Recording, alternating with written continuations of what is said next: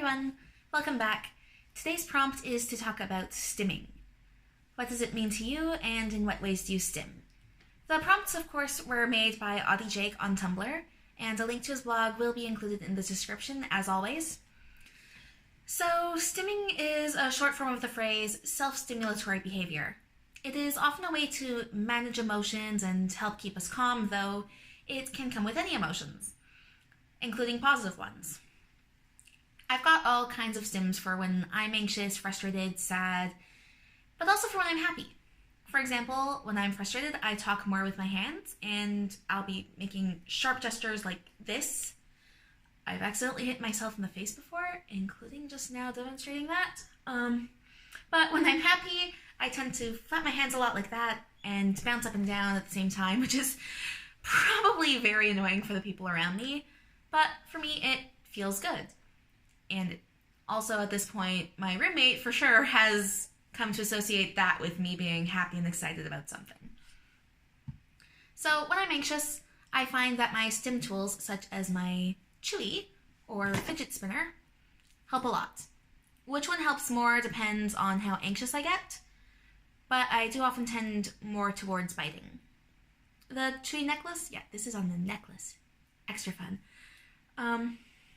It probably comes across as really weird to neurotypical people, but I have bit my lip until it bleeds multiple times, and during meltdowns, I have also left bite marks on my arms, wrists, and hands.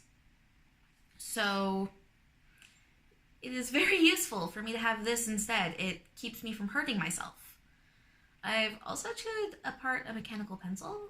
That unfortunately was a bit more recent during a test a couple weeks ago. Technically, the pencil is still usable, but it's also kind of dead now. And lesson learned for me to just bring gum for my exam so I don't do that again. Knitting is also sort of a stim for me. I mentioned in the About Me video that it's something I enjoy, but it also works as a stim, which is awesome because not only am I stimming, I'm also making something cool for myself in the process. I've made all kinds of scarves for me and for my family as well. And also, one time, I knit my own dice bag for Dungeons & Dragons, which, of course, was cool. And I did it with a pattern, too, and, I even gave it, the drawstring thing. Very exciting. I am very proud of it. And I dealt with a lot of anxiety while doing it. And it works. There's my dice. Had this bag for a few months now, and it hasn't broken, so I did a good job. And another one is this, my sequin pillow. It doesn't matter what I'm feeling, whether it's happy, sad, anxious, whatever, this just calms me right down, and it's pretty too. Yeah, I love it. It makes me feel better.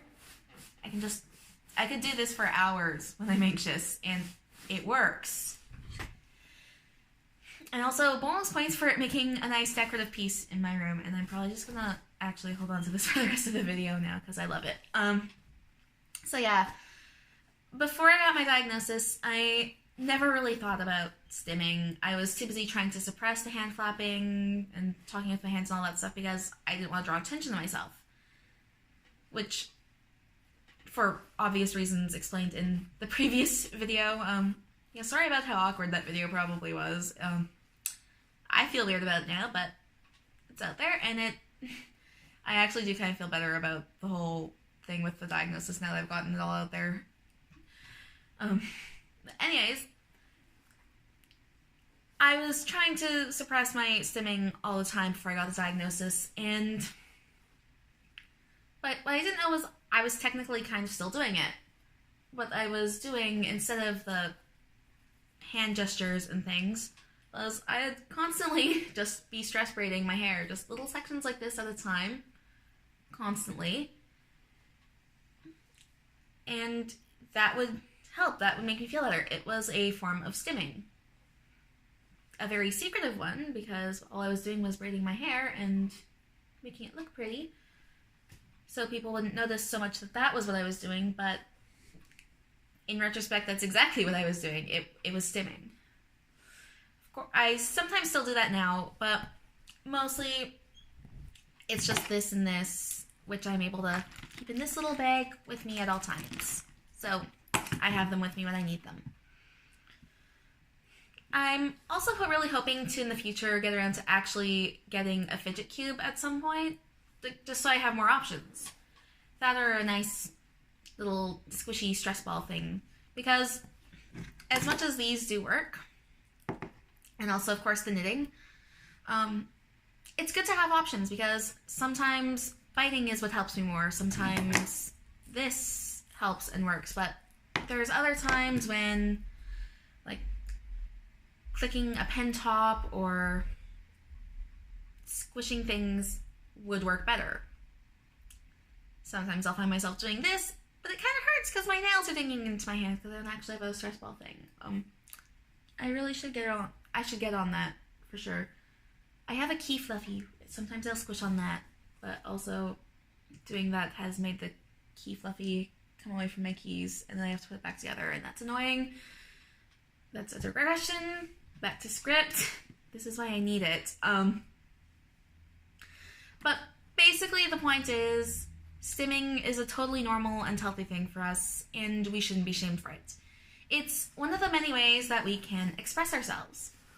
Obviously, if we're hurting ourselves though, like when I've bitten myself in the past, then intervention is probably a good thing.